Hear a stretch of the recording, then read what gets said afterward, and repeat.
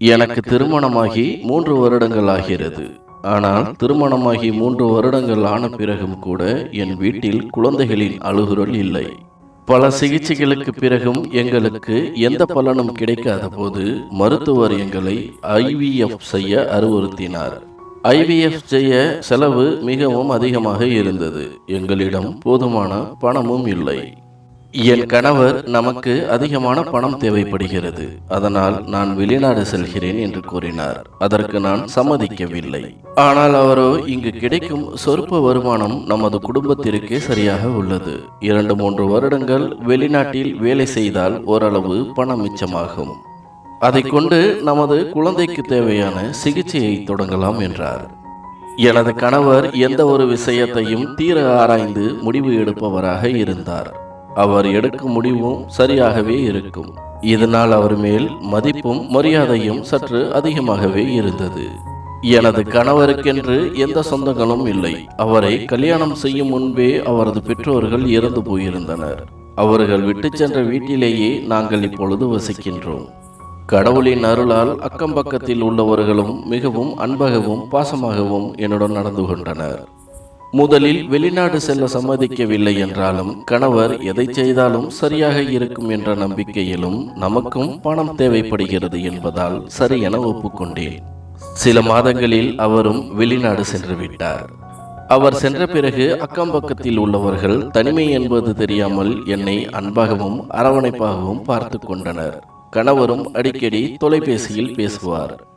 இப்படியே 4-5 மாதங்கள் சென்றன. ஒரு நாள் எனது அக்கா தொலைபேசியில் தொடர்பு கொண்டாள்.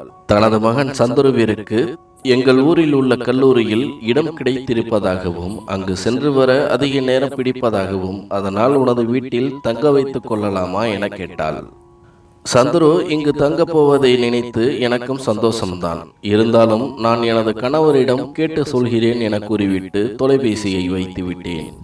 கணவரும் தொலைபேசியில் தொடர்பு கொள்ளும் பொழுது அவரிடம் விஷயத்தை சொன்னேன். அவருக்கும் அதில் சந்தோஷமே.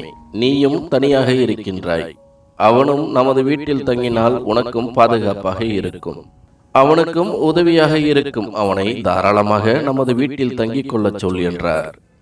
சந்துருவை பற்றி சொல்ல வேண்டுமானால் எனக்கும் அவனுக்கும் 10 வயது வித்தியாசம் இருக்கும்.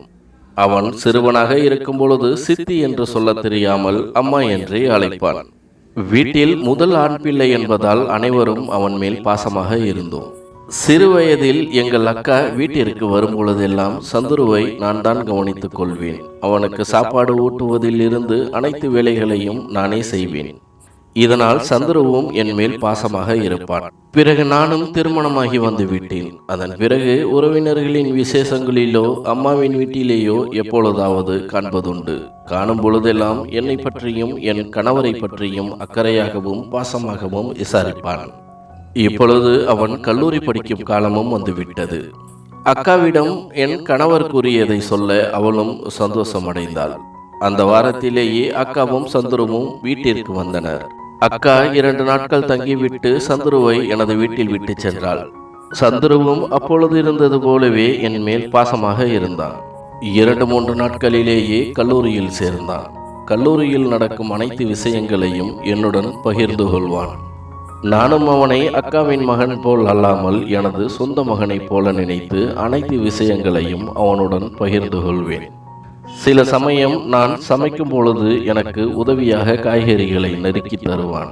இரவினில் பாத்திரங்கள் விளக்கவும் உதவி செய்வான். அவனுக்கு நான் சித்தி என்றல்லாமல் ஒரு தோழியைப் போலவே அவனுடன் பழகினேன். இரவு உறங்குவதற்கு முன்பு பால் குடிக்கும் பழக்கம் எனக்கு இருந்தது.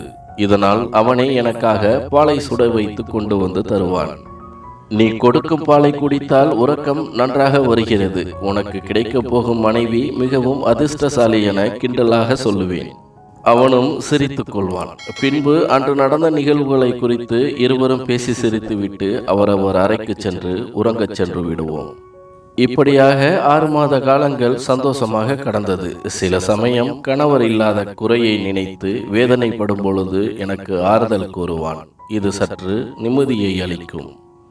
ஒரு நாள் எனக்கு மோசமான வயிறு வலி உண்டானது.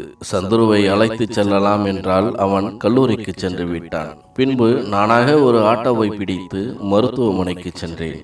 சில பரிசோதனைகளை செய்த மருத்துவர் பின்பு என்னை அழைத்தார். ஒரு ஃபைலை கொடுத்து என்னிடம், பயப்படுவதற்கு ஒன்றுமில்லை, சந்தோஷமான விஷயமே, நீங்கள் கர்ப்பமாக உள்ளீர்கள் என்றார். இதை கேட்ட எனக்கு தலையில் இடி விழுந்ததை போல உணர்வு உண்டானது. திடீரென வியர்க்க ஆரம்பித்தது. பதட்டமாக முகம் மாறியது. இதை கவனித்த மருத்துவர் என்னவென்று கேட்க ஒன்றுமில்லை என்று கூறிவிட்டு அந்த ஃபைலை வாங்கிக் கொண்டு வெளியில் வந்தேன். ஒரு ஓரமாக உட்கார்ந்து அழ ஆரம்பித்தேன். என் கணவரோ அல்லது உறவினர்களோ இதை கேட்டால் என் வாழ்க்கை என்ன ஆகும் என்பதை நினைத்து மேலும் அழுகை பீறிட்டது. வீட்டில் நானும் சந்துருவும் மட்டுமே உள்ளோம். அப்படி இருக்கையில் எப்படி நடந்தது என்று யோசித்து மேலும் குழப்பமாக இருந்தது. யாராக இருந்தாலும் நினைக்கக்கூடிய ஒன்றைத்தான் நானும் நினைத்தேன். ஆம், இதற்கு காரணம் சந்துருவாகத்தான் இருக்க முடியும் என்று என் மனம் சொல்லியது. அவன் கொடுக்கும் பாலில் எதையோ கலந்து கொடுத்து தனது இச்சைகளை தீர்த்து கொண்டான் என்று தோன்றியது. அவன் அப்படிப்பட்ட ஆள் அல்ல. உன்னை சித்தியாக நினைக்காமல் அம்மாவை போல பார்க்கின்றான் என்று மனது சொன்னாலும் அதே மனது இதற்கு காரணம் அவனை தவிர வேறு வழியில்லை என்று ஒருபுறம் சொன்னது. நானும் அதையே நம்பினேன். வீட்டிற்கு செல்ல மனமில்லாமல் வீட்டிற்கு சென்றேன். அங்கு சந்துரு பதட்டமாக காணப்பட்டான். என்னிடம், சித்தி எங்கே சென்று விட்டீர்கள்? உங்களை காணாமல் பதட்டம் அடைந்து விட்டேன் என்றான். அவனை அப்பொழுது காணும் பொழுது முதல் முறையாக அவன் மேல் பயங்கர கோபம் உண்டானது. அதை வெளிக்காட்டிக் கொள்ளாமல், எனக்கு உடம்பு சரியில்லை, மருத்துவமனைக்கு சென்று வந்தேன் என்று கூறிவிட்டு எனது அறைக்கு சென்று படுத்து விட்டேன். அங்கும் வந்து என்ன ஏது என்று சந்துரு விசாரிக்க நானும் கோபமாக, ஒன்றுமில்லை, என்னை தனியாக விடு என்று கூற அவனும் சென்று விட்டான். அன்று இரவும் எனக்காக பாலை எடுத்து வந்தான் சந்துரு. நானும் இன்று இரவு என்னதான் நடக்கிறது என பார்ப்பதற்காக அவனிடம் பாலை வாங்கி கொண்டு, நீ போய் உறங்கு என்று சொல்ல அவனும் சென்று விட்டான். பாலை குடிக்காமல் இரவு 2-3 மணி வரை விழித்திருந்தேன். ஆனால் சந்துரு வரவில்லை. அசதியில் நானும் உறங்கிவிட்டேன். மறுநாள் சந்துரு எப்பொழுது போலவே நடந்து கொண்டான். ஆனால் நான் தான் அவனுடன் பேசுவதையே நிறுத்திவிட்டேன். இது சந்துருவிற்கு ஓரளவு புரிந்தது. அவனும் 2-3 முறை, ஏன் சித்தி அடிக்கடி என் மேல் கோபப்படுகிறீர்கள் என கேட்டான். நான் ஒரே வார்த்தையில் ஒன்றுமில்லை என்று கூறினேன். அழுது கொண்டிருப்பதால் எந்த பிரயோஜனமும் இல்லை என்பதை புரிந்து கொண்டேன். இந்த பாவத்தை யாருக்கும் தெரியாமல் எப்படியாவது கலைத்து விடலாம் என்று முடிவு செய்தேன். நாளை எப்படியும் எனது வீட்டில் அருகில் இருக்கும் தோழியை அழைத்து கொண்டு மருத்துவமனைக்கு செல்ல வேண்டும் என முடிவெடுத்து, தோழியிடமும் எனக்கு உடம்பு சரியில்லை, நாளை என்னுடன் மருத்துவமனைக்கு வர வேண்டும் என்றேன். ஏன் எதற்கு என்று அவளும் விசாரிக்க, ஒன்றுமில்லை, நீ வந்தால் மட்டும் போதும் என்று கூற அவளும் சரி என்று சம்மதித்தாள். அவளிடம் வேறு எதையும் கூறவில்லை. மறுநாள் காலை வீட்டு வேலைகளை முடித்துவிட்டு செல்லலாம் என்று முடிவு செய்து வேலையை பார்க்க தொடங்கினேன். அப்பொழுது பின்னால் இருந்து 2 கைகள் என்னை கட்டி அணைத்தன.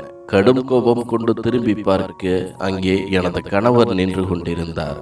அவரை பார்த்ததும் அவரை கட்டிப்பிடித்து கொண்டு சில நிமிடங்கள் கதறி அழுதேன். சமாதானம் செய்த கணவர், எனது நிறுவனத்தில் 10 நாட்கள் விடுமுறை அளித்தார்கள், உன்னை கண்டு வரலாம் என வந்தேன் என்று கூறினார். ஒருபுறம் கணவர் வந்தது மகிழ்ச்சியாக இருந்தாலும் இவரை வைத்துக்கொண்டு எப்படி மருத்துவமனைக்கு செல்வது என்று குழப்பமாக இருந்தது. மறுபுறம் இவரிடம் விஷயத்தை சொல்லிவிடலாமா என தோன்றியது. அப்படி சொன்னால் ஒரு அவப்பெயரோடு அவருடன் வாழ நேரிடும். இதை அவர் எப்படி எடுத்துக்கொள்வார் என்றும் தெரியவில்லை. ஒருவேளை அவர் என்னை ஒதுக்கிவிட்டால் எனது வாழ்க்கை என்ன ஆகும் என யோசித்தேன். எப்படியும் 10 நாட்கள் கழித்து இந்த கருவை கலைத்து விடலாம் என்று முடிவு செய்தேன். இதற்கிடையில் சந்துருவிடமும் பேசுவதை நிறுத்தினேன். ஒரு நாள் மாலை எனது கணவர் உறங்கிக் கொண்டிருந்தார். அப்பொழுது சந்துரு, நீ ஏன் சித்தி என்னிடம் பேசுவதில்லை? நான் எதுவும் தவறு செய்து விட்டேனா என கேட்டான். கோபமான நான், நீ செய்த காரியத்திற்கு உன்னிடம் பேசுவதே பாவம் என்றேன். அப்படி என்ன செய்து விட்டேன் சித்தி என்றான். எனக்கு கோபம் மேலும் தலைக்கேறியது. நேராக சென்று மறைத்து வைத்திருந்த ஃபைலை எடுத்து அவன் முகத்தில் வீசி எறிந்தேன். பார், நீ செய்த காரியத்தால் நான் கர்ப்பமாக உள்ளேன் என்றேன். இதை கேட்ட சந்துரு கதறி அழ ஆரம்பித்தான். நீங்கள் நினைப்பது போல நான் எதுவும் செய்யவில்லை சித்தி, நீயும் எனது அம்மாவை போல்தான். அப்படி இருக்கும் பொழுது இதை போல எப்படி யோசித்து பார்ப்பேன் சித்தி என்றான். அவனின் அழுகுரல் கேட்டு உறங்கிக் கொண்டிருந்த எனது கணவர் வெளியே வந்தார். அவன் அழுது கொண்டிருப்பதை பார்த்து ஒன்றும் புரியாமல் கீழே சிதறி கிடந்த ரிப்போர்ட்டை எடுத்து படிக்க ஆரம்பித்தார். எனக்கு அவர் படிக்க ஆரம்பித்ததும் உலகமே சுற்றுவது போல் தோன்றியது. மயக்கமடைந்து கீழே சரிந்து விழுந்தேன். கண் விழித்து பார்க்கும் பொழுது மருத்துவமனை பெட்டில் படுத்து இருந்தேன். எதிரே சந்துரு அழுது கொண்டிருந்தான். அருகே எனது கணவர் அமர்ந்திருந்தார். அவரிடம் நான் எந்த தவறும் செய்யவில்லை, என்னை தவறாக நினைத்து ஒதுக்கி வைத்து விடாதீர்கள் என்று அழுதவாறே கூறினேன். அதற்கு அவர், அது எனக்கு தெரியும், நான் உன்னை சந்தேகப்படவும் இல்லை, உன்னை வெறுக்கப் போவதும் இல்லை என்றார். நான் குழப்பமாக அவரை பார்க்க அவரே தொடர்ந்தார்.